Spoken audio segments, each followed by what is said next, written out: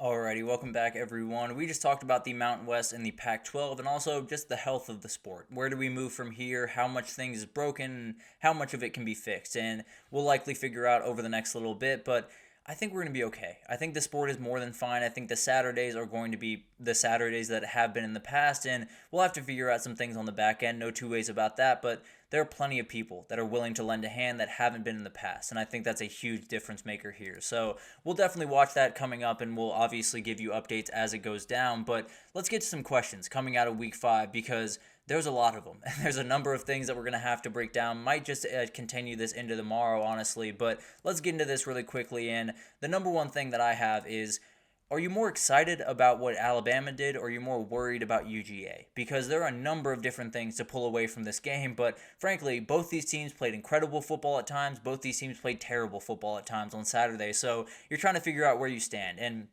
Bama put on a show. There's no doubt about that. And frankly, I would lean pretty aggressively towards excited about Bama than worried about Georgia, if I'm being totally honest. Now, there are worries about Georgia that I'll get to here in a second, but Bama just put on an absolute show. They did everything that you possibly could want them to do. Obviously, giving up that lead makes it a little bit more sketchy on the back end, but they're doing things that is just remarkable. I putting into context what Kalen DeBoer has had to do, what that staff has had to do, what those players have had to do in the past 9 months is really, really hard to contextualize because it's incredibly hard what they've had to do, and being able to find your way to a UGA win at the end of it is just incredible. So I would be more excited about what Alabama has. Jalen Milroe's development is incredible. They have a lot of confidence in those young players, obviously, with Ryan Williams and Xavier Brown making the two biggest plays of the day. So this is a team that's absolutely incredible, and I think I would be much more excited about Bama. Now, there are some worries for Georgia. There's no two ways about that. I'm not overly worried, if I'm being totally honest. I think that back end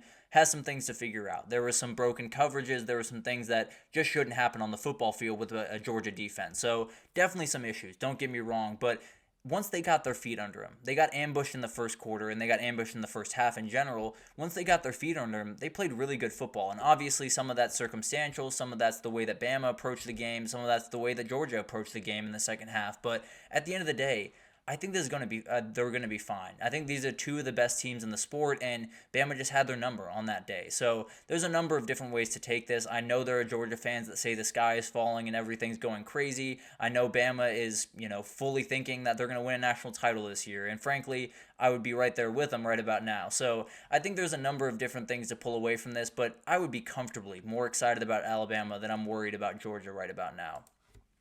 Also, who had the biggest win of this past weekend? The answer is Alabama, so we'll go ahead and put them to the side. I think we all agree on that Alabama got the biggest win of the season, so we're kind of measuring everyone else against them, and I think you got to go to Kentucky next. This is a game that they very much needed just for their morale. I mean, you lose a game to South Carolina where you just look entirely inept on the offensive side of the ball. You play a Georgia team very, very close, and frankly, could have won that game possibly if you stay on that field in the fourth down. And then you get a game against Ole Miss where you don't get that 4th and 7, you're losing that game. And it would have been a devastating one to fall to 2 and 3 when you very easily could be 4 and 1. So this was a game they very much needed, and they were able to get it. And it's absolutely huge for this team. Obviously, Mark Stoops calling just a insane play, frankly, on the 4th and 7 is absolutely huge in that, and cannot wait to see what this team can do the rest of the season. I talked about him yesterday. There is not a team in the country that would not have to worry about the Kentucky Wildcats because what they do on defense works against any offense in the country, as we saw this past weekend. And then we got UNLV. I mean, we have to talk about the Runnin' Rebels when we talk about huge wins from this past weekend.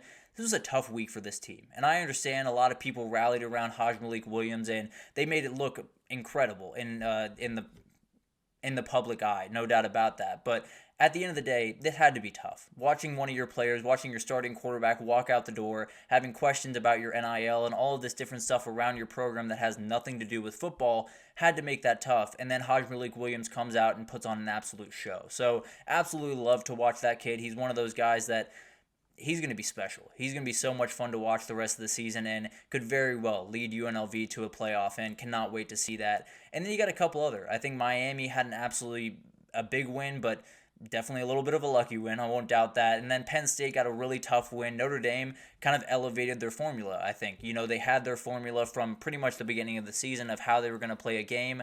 They did a really good job of that on Saturday, and I think it kind of took them to the next level, especially throwing the ball. And then Kansas State got a big-time win, getting back on track, but obviously Bama takes the cake in this one. No two ways about that. Then we got Colorado. Did Colorado turn a corner this past weekend? I think this is a question that a lot of people have and have kind of been waiting for this moment because this was the biggest win of Deion's career at Colorado. There is no question about that. They played the most complete football I've ever seen them play. They were incredibly accurate, or they protected Shedeur Sanders for maybe the first time since he's been there. There are so many different things that they did well in this game that they just haven't done well in the past, and it's been incredible to watch this team kind of develop. So are they different? I think that's the question that everyone has. The answer is absolutely yes. There's no doubt in my mind that they're different. They're more physical at the point of attack. They play much better football on the offensive line, at least developed me throughout the season. Could still be some rough areas, but at the end of the day, they are much better. They have the best player in college football in Travis Hunter, and they have a quarterback that, if you keep him upright, he's one of the best in the entire country. Shedeur Sanders is absolutely elite in every sense of the word, and he's one of those guys that I don't know if he's going to be picked number one overall. I still lean Quinn Ewers or Carson Beck over him at the end of the day, but man, if he keeps playing at this level, it's going to be really hard for NFL GMs to overlook him. So at the end of the day, Colorado absolutely has turned a corner. The question is, how long does that go on? Obviously, this is kind of a two-part question more than anything else because the real turning of a corner, obviously in the season, they have turned a corner. I feel pretty good about that. The real turning of a corner will happen this offseason. When Shedeur Sanders walks out the door, when Travis Hunter walks out the door, and you have to find a way to continue this possible upward trend that Colorado's on, and that's going to be really tough. So there's a number of different things that play into this. Obviously, wins make it a lot easier to replace those guys you're going to have to replace at the end of the season. I would feel really good saying that they've turned a corner this season. I think we'll have to wait until the offseason to see if they're turning a corner as a program in general. But overall, incredible job by Deion Sanders is making a very good case for Coach of the Year right about now, and one of those guys that can do really, really remarkable things in the coming years. Coming off that, how many teams can win the Big 12 title? Because this is something we talked about a little bit earlier. That conference is absolutely off the walls, and it's going to get a little bit more off the walls if I had to imagine before the end of the season. I talked about this to go into the season, and I said I could probably make the case for about 8, 9, maybe even 10 teams as we head into the season. And frankly, I thought this number would probably be cut in half, maybe be cut down to at least 7 by this time. I'm still up at 8. I could probably make an argument for 9 if I really stretch myself. But BYU, Colorado, Texas Tech are the 2-0 teams out there, and they look to be the top teams in the conference as of right now. I know that sounds absolutely insane, but when you talk about how good the football they're playing, they are absolutely incredible. And then the odds lean to Kansas State, Iowa State, Utah, and I would lean a little bit more in that direction if I'm being totally honest. I think those are probably the class of the conference still, even though they've had a couple of rough weeks there. This is a conference that is just so much fun. When we went into this year, we knew it was going to be off the walls. We knew it was going to be quote-unquote America's conference, and it is delivered in every sense of the word. Cannot wait to see how the rest of this goes. But 8 teams, at least 8 teams. You could throw UCF and Arizona in those 6 teams that I just named. And then if you really wanted to get crazy, we could get a little bit more crazy with a number of other teams in there. But at the end of the day, this is what this conference was supposed to be this season, and it is delivering in every sense of the word. Cannot wait to see how this ends. And frankly, I think it's going to be a really tough battle. And Colorado is going to be a team that is probably going to have plenty to say about this conference race down the stretch.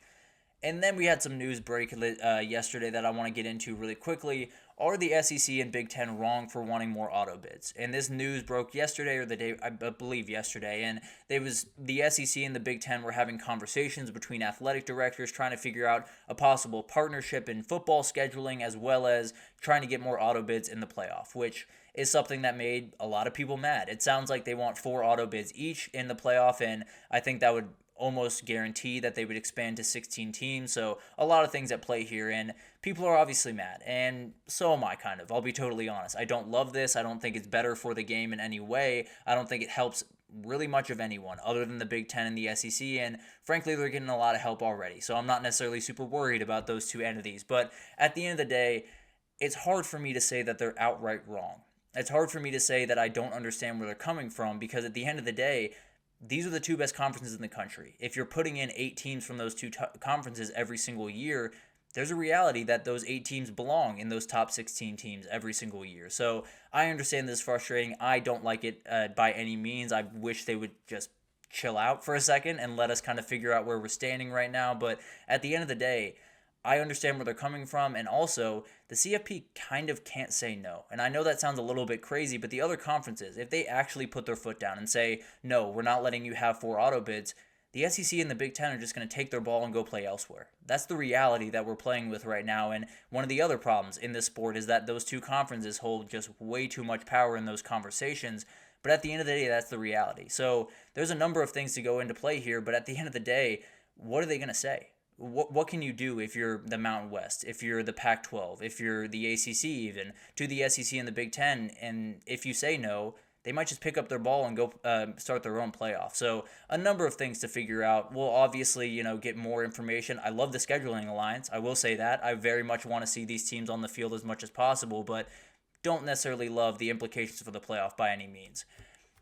Now let's move on to a little bit of a talk about the Heisman, because it's starting to take a little bit of shape. I feel like we have a very distinct top 4. I feel like we have those 4 guys that are standing above everyone else: Travis Hunter, Ashton Jeanty, Jalen Milroe, and Cam Ward. And who's the favorite? Really, it depends on who you ask. I think there's a number of different arguments to be made for all of these guys. When you talk about Ashton Jeanty, he is doing things that have not been done on a college football field. He is on a record-setting pace to beat Barry Sanders' record from 1988. This kid is absolutely incredible and doing things that, frankly, I didn't even know were possible from a Boise State running back.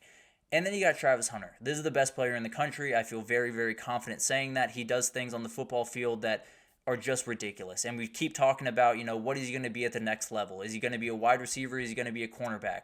He keeps telling me that he might just be able to do both. I know that sounds outright insane, and maybe he can't, but is there anything that he can't do right about now? Is there any moniker that we can point and say he's not able to do that thing? Because he's able to do pretty much everything you possibly want him to do. And then you got Jalen Milroe. He has the biggest win of the season, obviously. He is someone that has played really, really good football thus far and been very efficient, taking that next step that you needed him to take if you're an Alabama fan. And they've done really, really well on this kid. I think it's one of those things that he's one of those guys that you knew had this potential. You knew had the ability, if you could incorporate his legs more often and be a little bit more dangerous in the pass game, you knew he had Heisman written all over him. Now he's found it, and it's going to be really dangerous for pretty much everyone else that plays him, because this guy is absolutely special in every sense of the word, and he's playing as elite football as he's ever played probably in his life right about now. And then you got Cam Ward. He has been the most consistent commodity in the country, in my opinion. Obviously, this past weekend was a little bit up and down, a little bit more close to those Washington State days that we became accustomed to. But at the end of the day, this kid's playing elite football. There's no two ways about that. I think there's so many different ways to look at this season, but if you're talking about a guy that has showed up every single week and given his team a chance to win and played really, really good football during that time, it's Cam Ward. He's been absolutely incredible, and I don't even know how I would order this, if I'm being totally honest with you. I think I would go Ashton Jeanty 1. I think he's just doing things that have not been seen on a football field. Travis Hunter 2, although it's as close as you could possibly be. And then I'll probably go Jalen Milroe 4 and Cam Ward, or Jalen Milroe 3 and Cam Ward 4. So it's really hard. It's very, very close. All these 4 players are going to be incredible to watch the rest of the season, but more than anything else, we have a running back, we have a DB/wide receiver, and we have 2 quarterbacks leading electric offenses at the very top of the Heisman race. That's special. There's no two ways about that. That's going to be incredible to watch down the stretch of the season. And I made a prediction early on not early on, but in the offseason, that we would have 3 different positions represented in the Heisman finalists in New York. Sounds like that might just be the case if these guys can keep pace and give us everything that we want from this Heisman race. Cannot wait to see what happens. And frankly, we got a couple other guys that could possibly make some noise. Nico Iamaleava was off this week, but is an elite quarterback. Then you got Quinn Ewers, who has been out for the last 2 weeks. If he comes back and rolls over Oklahoma and Georgia, he'll be right back in this conversation. I can promise you that. So there are a number of guys to pull from, but at the end of the day, I would probably put Ashton Jeanty number 1 as of right now, and then Travis Hunter as close as you could possibly be as number 2. So it's going to be incredible to watch these guys go forward. Love the group that we have up top for the Heisman, and I frankly think there's going to be a couple other that possibly join them in the next little bit, and it might just get a little bit more crazy over there. But love those 2 players up at the top, Jeanty and Hunter. Just Cannot wait to watch them every single week of the season. So awesome group up there. But let's take our last break here. And when we come back, I'm going to break down my top 12 teams in the country. This was really hard. I'll be totally honest with you guys because, frankly, I don't know if there are 12 teams that deserve to be top 12 in the country. And I know that sounds crazy, but I'll show you exactly what I mean right after this. So stick with us.